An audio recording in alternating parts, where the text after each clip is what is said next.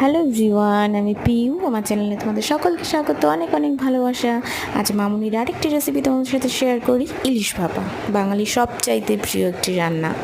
তো প্রথমে মাছটাকে নিয়ে তার মধ্যে কালো সর্ষে, সাদা সর্ষে, কাঁচা লঙ্কা আর অল্প জিরে একসাথে বেটে নিয়ে সেই পেস্টটা দিল। তার মধ্যে দুটো কাঁচা লঙ্কা দিল আর একটু কালো জিরে, নুন হলুদ স্বাদ মতো, যে যেরকম খাবে সেই বুঝে নুন হলুদ দিয়ে দেবে।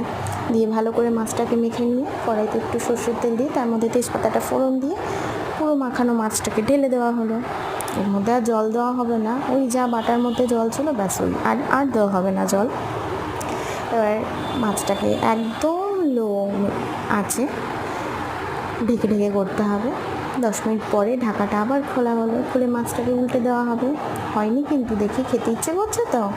না না, একদমই না, এখনও কিন্তু কাঁচা কাঁচা গন্ধ পাওয়া যাবে। মাছটাকে একটু উল্টে 2 মিনিট আর একটু জ্বালিয়ে নিয়ে তারপরেই মাছটা রেডি হবে। ব্যাস, এবার মামুনি দেখছে মাছটাও নরম হয়ে গেছে, ভাপে তো, তাই মাছটা পুরো রেডি হয়ে গেছে। এখন খাওয়াই যায়। আর মাছগুলোকে আস্তে আস্তে নামিয়ে নিচ্ছে একটা একটা করে, যাতে মাছগুলো না ভেঙে যায়। দেখো, সবকটা মাছ আস্তে আস্তে মামুনি নামিয়ে নিচ্ছে সুন্দর করে। দেখতেও কিন্তু অসাধারণ আছে, খেতেও খুব ভালো হয়েছিল, দারুণ।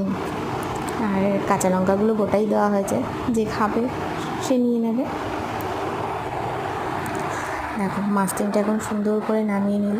এখন কড়াইতে শুধু গ্রেভিটা রয়েছে, গ্রেভিটাকে সুন্দর করে নামিয়ে নিচ্ছে। দেখো, কড়াইয়ের ভাপে আমার ক্যামেরাটাই ঝাপসা হয়ে গেল। দেখো, রেডি ইলিশ ভাপা, বাঙালির সব